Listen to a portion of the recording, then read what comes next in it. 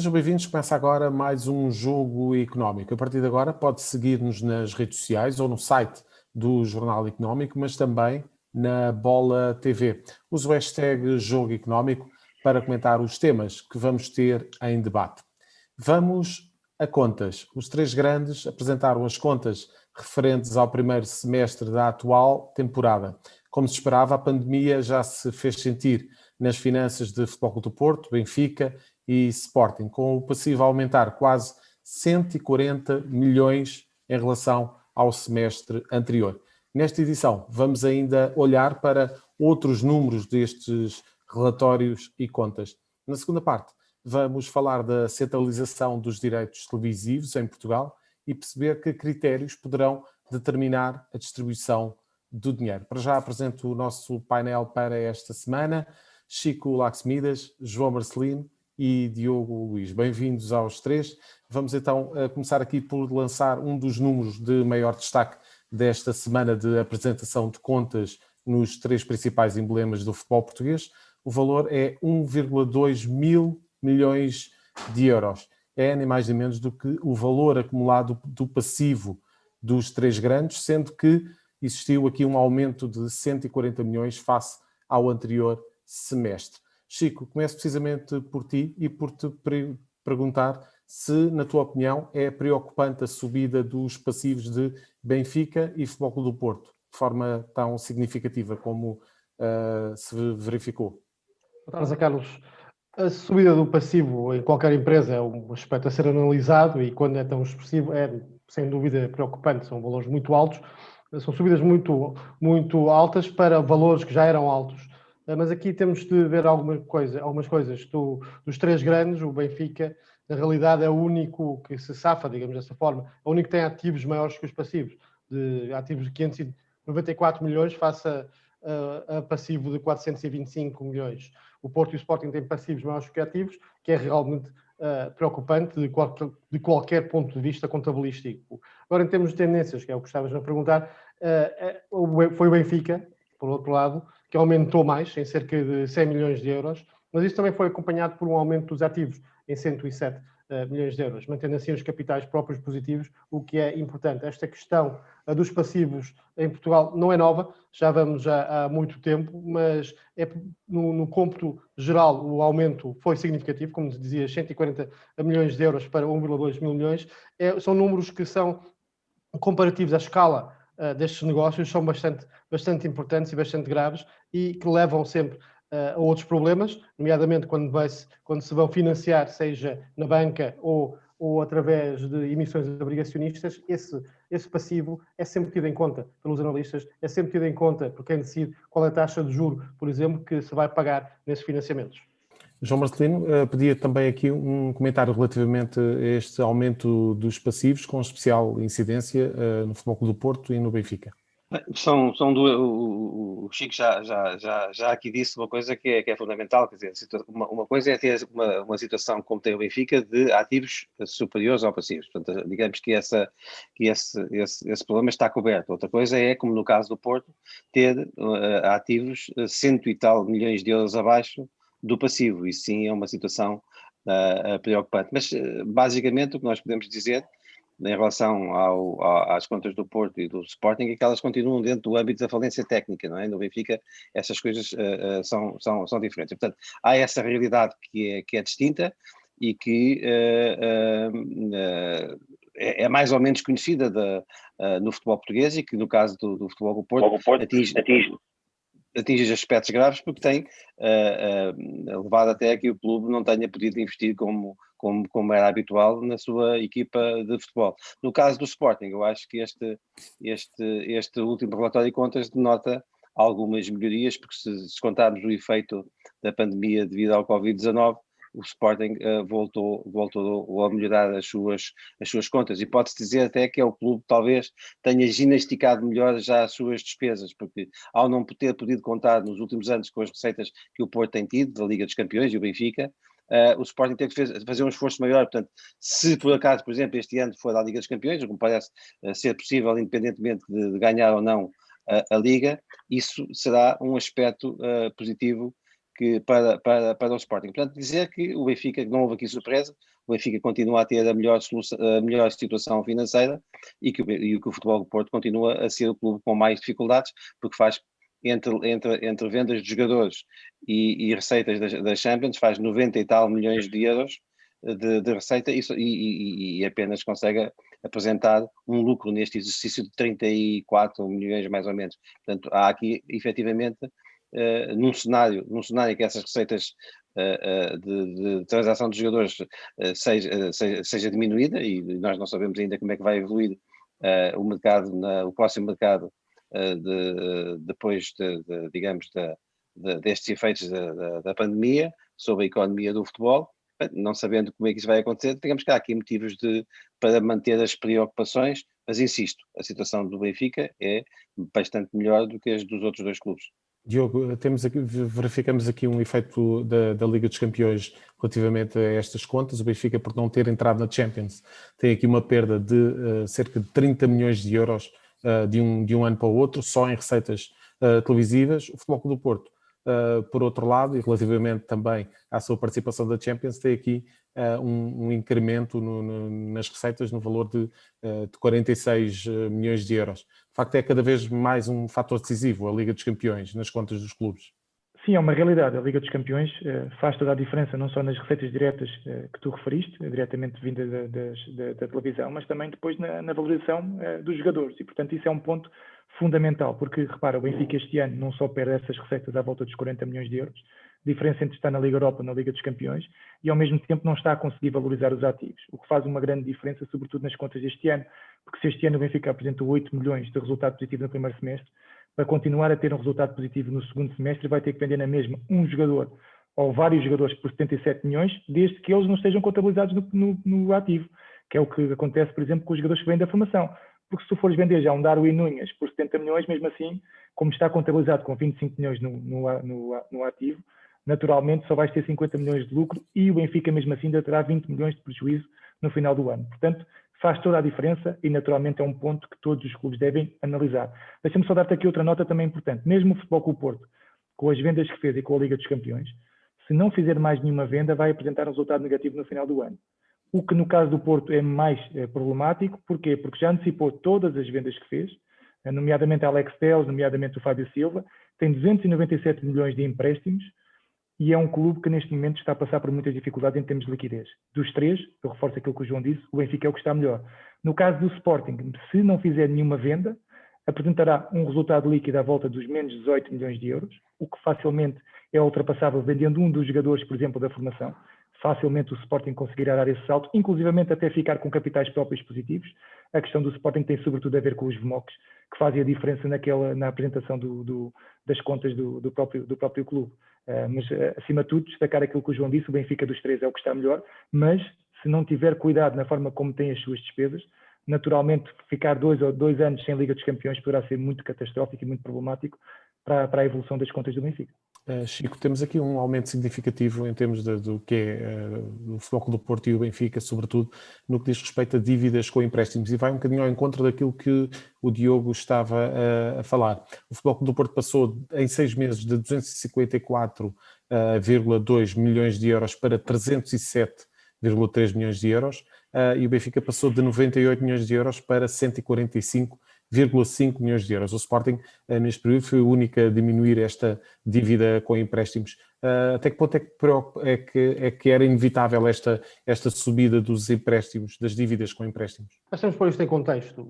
Em tempos de crise, como estamos a viver com esta pandemia, a dívida tende a aumentar, e isso vemos noutras empresas que analisamos também, e também no caso de países. Por exemplo, a República Portuguesa tem um rácio de dívida bastante maior agora do que tinha há um ano. No caso dos três grandes do futebol, como disseste, o Porto tem um aumento significativo, o Benfica também, enquanto no Sport tem uma redução ligeira. Os dois casos são preocupantes, não necessariamente pelas mesmas razões. No caso do Futebol Clube do Porto é preocupante de haver esta subida na dívida, mesmo num semestre com resultados positivos. Já há bastante tempo que o Porto não tinha resultados positivos e havia alguma expectativa se houvesse alguma se esse resultado positivo podia trazer algum alívio em termos de dívida, mas não trouxe. O que preocupa aqui também não é só a própria dívida, é o tipo de dívida. Do próprio Porto, com problemas de tesouraria, como estava a dizer o Diogo, tem ido para a solução do factoring, que é um processo que não é, que não diria de último recurso, mas é um processo que tem mais custos do que uma dívida bancária normal, especialmente nesta altura de taxas de juros zero ou negativas até em alguns casos. Portanto, a qualidade da própria dívida não é muito favorável. No caso do Porto, acho que é preciso reestruturar, muita gente no clube que é preciso reestruturar essa dívida, tentar criar um sindicato bancário que permita baixar o custo do financiamento e prolongar essas maturidades. Voltando também ao Benfica, o aumento da dívida foi significativo. A dívida também temos que sempre ver em função dos resultados operacionais, ou EBITDA, como se chama muitas vezes, e neste caso, voltando à tua pergunta anterior, a dívida vai aumentar em certas épocas, vai diminuir em certas épocas, depende do rácio que tiver com os rendimentos operacionais. Os rendimentos operacionais dependem, voltando à tua anterior pergunta, a presença da Liga dos Campeões, e no caso do Benfica, este aumento da dívida poderá realmente ser preocupante se o Benfica passar 2 ou 3 épocas fora daquilo que é a Liga dos Campeões, a principal fonte de receitas. João, como é que vês este item também dos relatórios e contas? Qual, desculpa? Das dívidas com empréstimos. Sim, vamos lá ver. Eu vejo para quem gosta de futebol, vejo com alguma preocupação. Por exemplo, no caso do Benfica, eu há pouco disse que era o que estava melhor, mas inverteu esse caminho. Por exemplo, o Benfica estava num processo de diminuição da dívida e provavelmente devido ao investimento que fez esta temporada, ela voltou a aumentar e, portanto, como aqui já foi dito, a questão da Liga dos Campeões é crucial para os clubes portugueses. Os clubes portugueses só conseguem competir na Europa, é bom que se diga isto, porque não têm as mesmas receitas dos direitos televisivos dos outros, nem de merchandising, nem de bilheteira, só conseguem viver de duas formas, é não falharem a Liga dos Campeões e poderem vender jogadores. Aliás, nisso têm sido particularmente eficientes, tanto o Benfica como o Sporting, como o Futebol Clube do Porto, estão nos 10 clubes mais vendedores da Europa. Portanto, é só por isso que conseguem ainda fazer milagres como faz, por exemplo, o Porto, que apesar dessa situação toda, é o único clube português fora das 5 ligas nos oitavos de final da Champions. Portanto, nós temos que ter também um pouco o retrato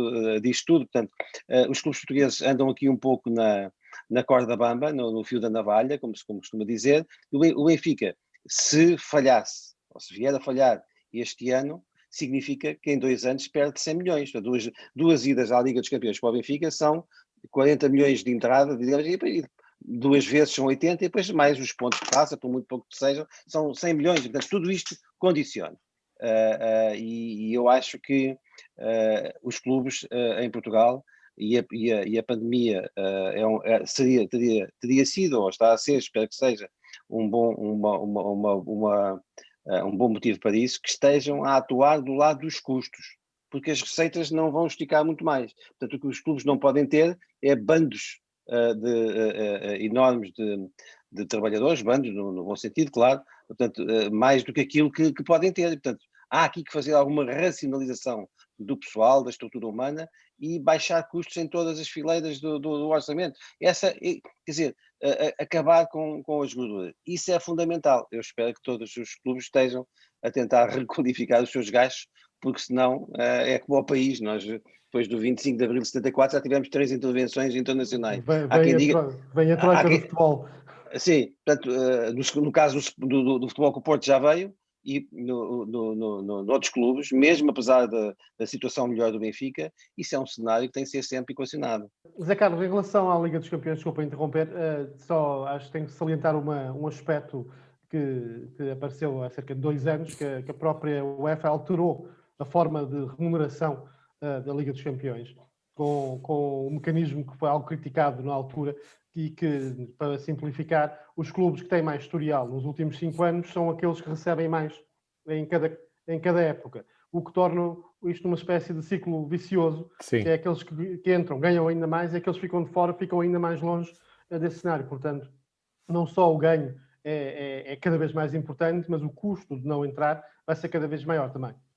Diogo, e queria-te ouvir também sobre esta questão das dívidas com empréstimos. Olha, o caso do Porto, em minha opinião, é o mais complicado de gerir, até porque tem empréstimos obrigacionistas a vencer de 70 milhões de euros este ano, numa dívida de 297 milhões de euros, e estamos a falar de um clube que já antecipou a maior parte das receitas. Portanto, será uma situação complicada das duas. Uma faz um rollover de 70 milhões, mas o mercado neste momento não apresenta boas condições para fazer este tipo de dívidas, ou melhor, apresenta boas condições com taxas reduzidas, mas também tem que ter confiança nos credores. E, portanto, numa fase em que estamos a passar pela pandemia e a conseguir ultrapassá-la, ficará mais complicado porque, naturalmente, as taxas de juros começarão a subir e poderá complicar aqui em termos de custos de dívida o Futebol Clube Porto, neste caso. No caso do Benfica, fez os 50 milhões, mas tinha vencido uma dívida de 35, salvo erro, em maio. O Benfica, na altura, não tinha condições para lançar um empréstimo obrigacionista, acabou por lançá-lo mais tarde. E essa é que é a diferença de um ano para o outro, ok? E, portanto, desse ponto de vista, parece-me que se o Benfica conseguir a Liga dos Campeões, como já referimos, será uma situação pacífica e tranquila de gerir. Deixa-me só dar aqui um ponto importante, que eu tive aqui a fazer algumas contas, relativamente àquilo que é o rácio que a UEFA recomenda para os clubes, que é os gastos com o pessoal, nomeadamente os salários, sobre os gastos operacionais. Se mantivermos o mesmo nível de receitas até ao final do ano, o Benfica fica a 107%. A UEFA recomenda 70%, só para termos aqui uma ideia. O Benfica tem cumprido sempre nos últimos anos, em função das receitas serem positivas. Estou a falar receitas sem vendas de jogadores, ok? Que é o rácio que a UEFA recomenda. Portanto, em termos de gastos operacionais, o Benfica tem mais gastos ou seja, os custos do pessoal são maiores do que os rendimentos operacionais, aliás, sem receitas, ok? No caso do Futebol Clube Porto fica a 72%. Porquê? Por causa da Liga dos Campeões. No caso do Sporting fica a 98%. Porque o Sporting tem 60 milhões de euros com custos com pessoal e tem 60 milhões de euros com rendimentos operacionais sem vendas de jogadores. Portanto, claro que o Sporting já tem os gastos com o pessoal mais reduzidos. Para o ano, entrada na Liga dos Campeões permitirá ao Sporting dar o salto, mas isto é um rácio sempre que convém analisar e nós não podemos gastar mais do que aquilo que conseguimos amealhar sem vendas de jogadores, que são as tais receitas extraordinárias que podem ou não acontecer. Ficam então alguns números em cima da mesa, fica também o convite para que possa ver então o trabalho que está na edição desta semana do Jornal Económico, com todos os números relativamente aos últimos relatórios e contas apresentados pelos três grandes. Já a seguir continuamos a falar de contas, mas as dos direitos televisivos. É já a seguir. Ações e obrigações. Investimento e poupança. BCE e FED. Resultados e empresas. Análise e gráficos. Analisamos isto tudo e muito mais todas as semanas no Mercados em Ação do Jornal Económico. Temos analistas de topo em estúdio e em direto de Londres, Washington e de vários pontos do globo. No Espaço Empresas convidamos líderes de negócios que marcam a diferença em Portugal e lá fora. Contribuímos ainda para a literacia financeira com a palavra da semana. Não percam Mercados em Ação nos sites e nas redes sociais do Jornal Económico. Estamos de volta para a segunda parte do Jogo Económico e nesta segunda parte vamos falar da centralização dos direitos televisivos em Portugal. Foi então aprovado o decreto que obriga à comercialização centralizada dos direitos televisivos para os jogos da primeira e segunda ligas de futebol, isto a partir da época 2028-2029. Parece estar distante, mas há aqui, se calhar, acertos que têm que começar a ser feitos. O nosso convidado para esta segunda parte é o regresso, João Fonseca, analista de negócio da FIFA. Muito obrigado, João, pela presença neste Jogo Económico. O que eu pergunto é, aprovado este decreto, que passos é que se devem seguir? É que parece que estamos muito longe da época de 2028-2029, mas a verdade é que se as equipas não se consciencializarem que têm um produto para vender, vamos chegar a esta época e não ter o valor do bolo que se calhar se pretende. Exatamente, Zé Carlos. Mais uma vez, obrigado pelo convite. E antes de mais, resta-nos parabenizar o Governo, parabenizar o Secretário de Estado, pela decisão que significará, ou pode significar, um momento de viragem para o futebol português. No entanto, e só deixar uma ressalva, que numa recente entrevista do Secretário de Estado, a palavra usada foi uma medida revolucionária. A única coisa que eu diria é que revolucionário só se for o facto de nós temos a falar 15 ou 20 anos depois atrás, não é? de outros. E vendo os últimos casos, todos eles resultaram de medidas, iniciativas legislativas. A Alemanha em 2013, a Itália em 2008, ou mesmo em Espanha em 2015. Como referiste, a diferença entre o momento em que o decreto é oficializado e a primeira época desportiva em que a centralização tomará parte, é um espaço longo. Se compararmos com a Espanha, foram 3 meses, aqui são cerca de 7 ou 8 anos.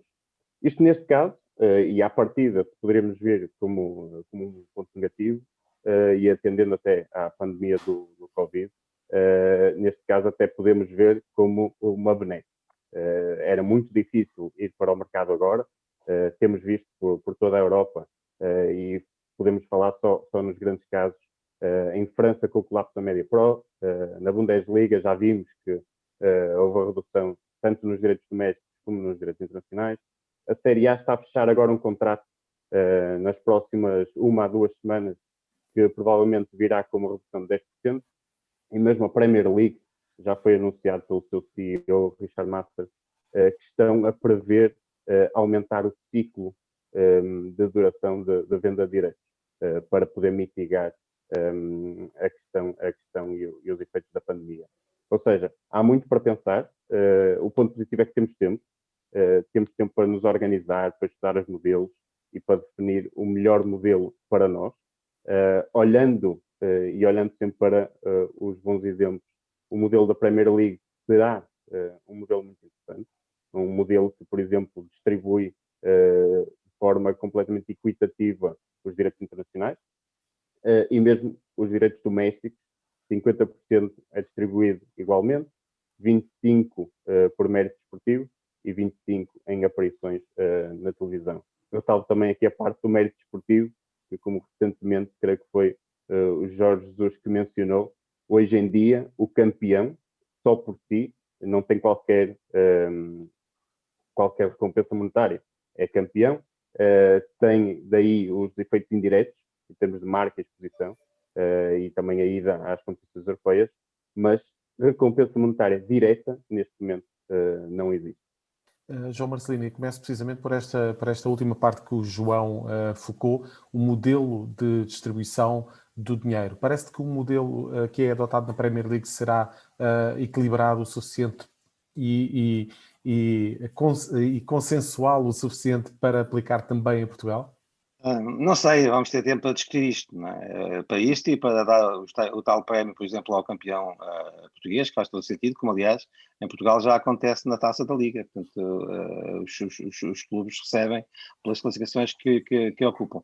Deixa-me dizer que eu esta semana entrevistei o vice-presidente do Sporting, Francisco Salgado Zenha, e ele, a propósito da centralização de direitos, diz uma coisa que eu acho que faz todo o sentido e que tem que passar por este período de negociação entre os clubes e a Liga, que é a contrapartida desse dinheiro. Ou seja, ele diz, e eu acho isso absolutamente interessante e justo, que os clubes se comprometam, por exemplo, a não jogarem relevados como aqueles que nós temos visto este ano, em melhorar as condições do estádio, em melhorar as condições da luz, ou seja, a competição, a melhorar a competitividade, a melhorar a competição em Portugal, não é só ter mais dinheiro para comprar jogadores, é ter mais dinheiro para investir na qualidade da competição. Portanto, parece-me que isso faz todo o sentido e espero que, enfim, que neste período de alguns anos que vai existir até à centralização, a não ser que apareça o que não é previsível agora neste ambiente de pandemia, mas que pode vir a ser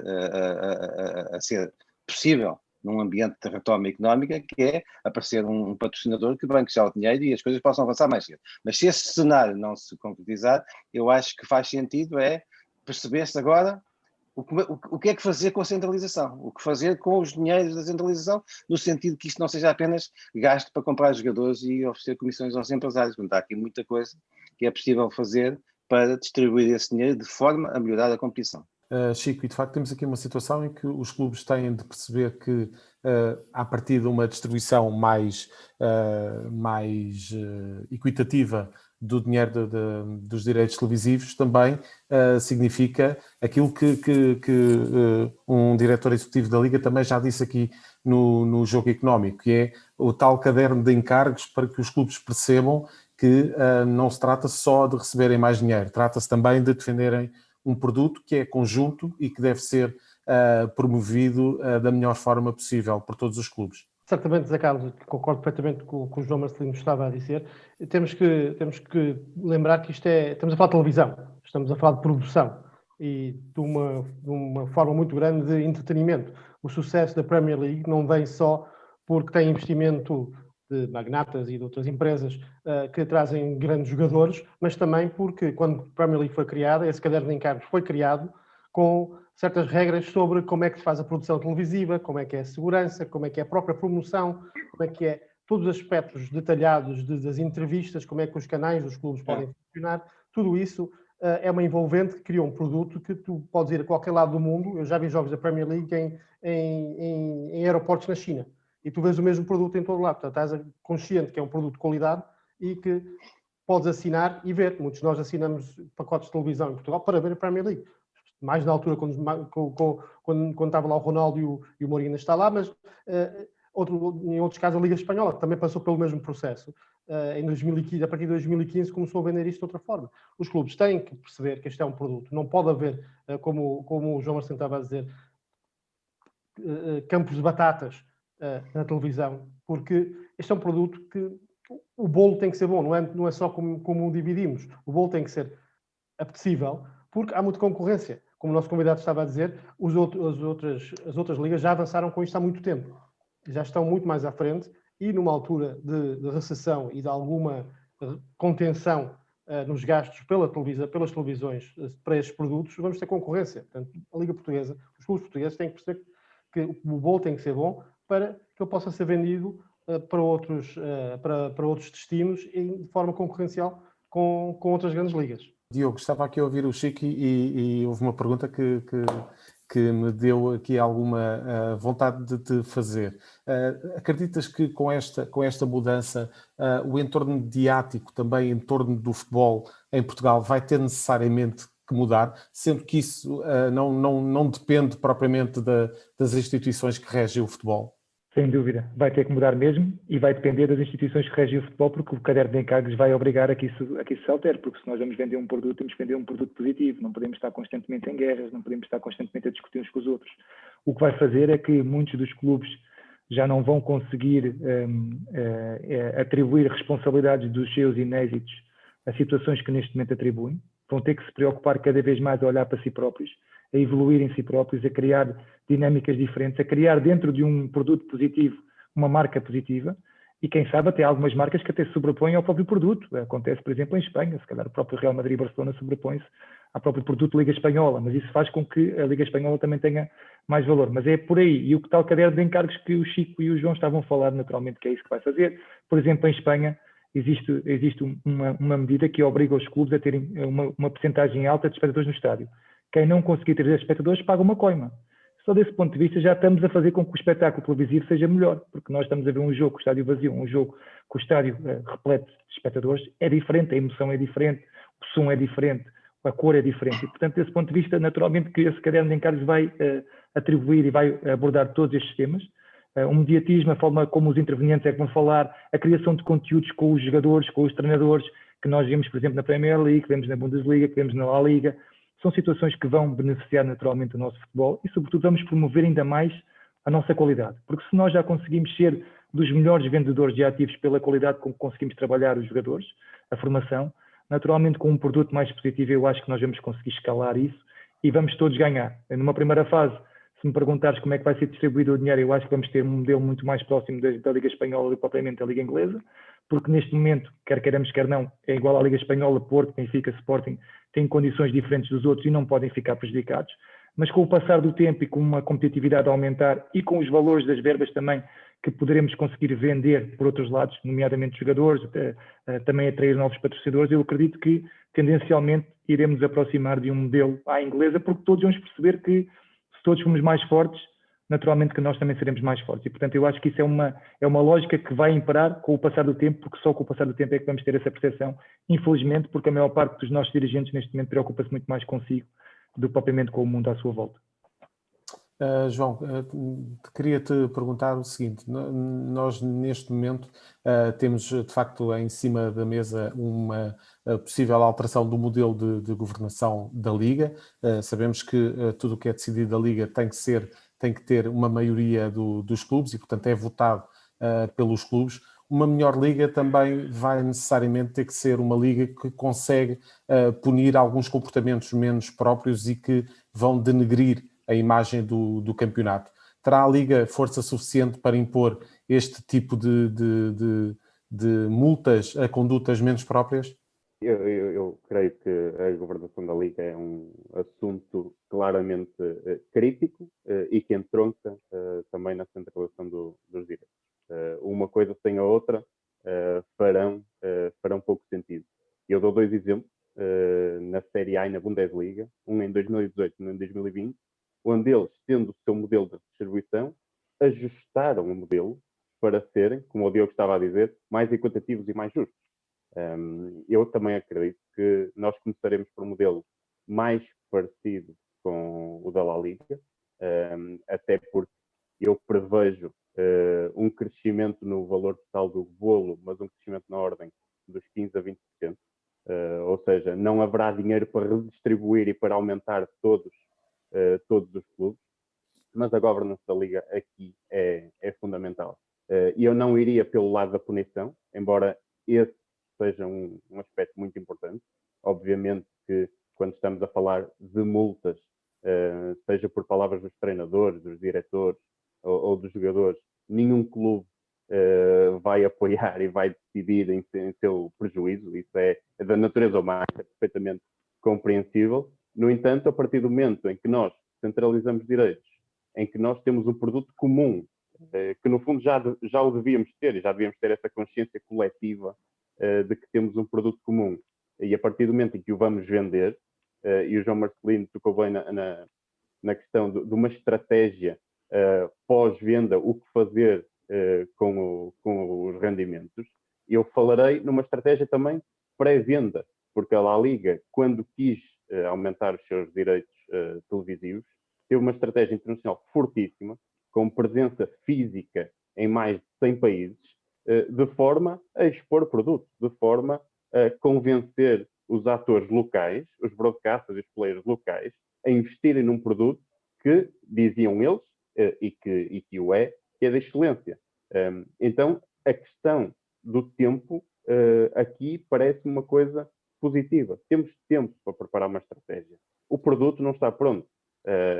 E outra vez tocando no mesmo ponto, um relevado como o do Jamor, como temos visto a miúdo, é impossível de ter numa liga que se queira profissional e que queira vender os direitos de forma profissional, centralizada e potenciando o produto. E a governance, aqui finalizando por onde comecei, é fundamental. Uma liga que esteja dependente dos clubes de forma individual para decidir matérias tão críticas e tão fundamentais como seja a centralização dos direitos, seja a mudança de um modelo de redistribuição, ou seja até, coisa que veio há dias à praça pública, uma redução ou uma reestruturação das competições profissionais, uma liga que não tenha autonomia para poder decidir será sempre uma liga mais frágil. João, estamos mesmo a terminar. Deixa-me só dizer uma coisa, que é isso que para mim parece-me que é importante, que é, os clubes, sobretudo os pequenos, claro, não podem ver isto como um ponto de chegada, devem vê-lo como um ponto de partida, ou seja, isto é um instrumento para fazer aquilo que é estratégico, que é isto que estava a falar o João, que é vender o produto e obviamente, depois com isso, potenciar as receitas para o futebol português, para aumentar a qualidade. Seja, isso tem que ser visto dessa forma. Se for visto apenas como um meio dos clubes arrecadarem mais dinheiro para dar aos seus acionistas, isso aí com certeza que seria a pior emenda que o soneto. João Fonseca, estamos mesmo já a terminar a segunda parte deste jogo económico, mas não resisto a comentar ali as declarações de Francisco Salgado Zenha ao Jornal Económico, a entrevista ao Jornal Económico, para ver na edição desta semana do JE. João, de certa forma temos tido aqui algum silêncio da parte dos clubes que movimentam mais dinheiro no campeonato português. Como é que tu explicas este silêncio da parte do Benfica, Futebol Clube do Porto e Sporting? Eu espero que esse silêncio seja aquilo que eu disse ainda há bocadinho, uma crescente consciencialização de que temos todos de olhar para o produto como um produto global, como um produto de todos, e onde se dê espaço e tempo às pessoas para pensar, criar uma estratégia e depois decidir. Sempre entrocando na governance da Liga, que sempre ouvindo os clubes, isto é uma parte muito importante, tem que entender as suas necessidades, tem que entender os seus interesses e depois, sim, gerir para todos e criar as melhores condições para cada um deles, que é isso que trará a centralização dos direitos televisivos.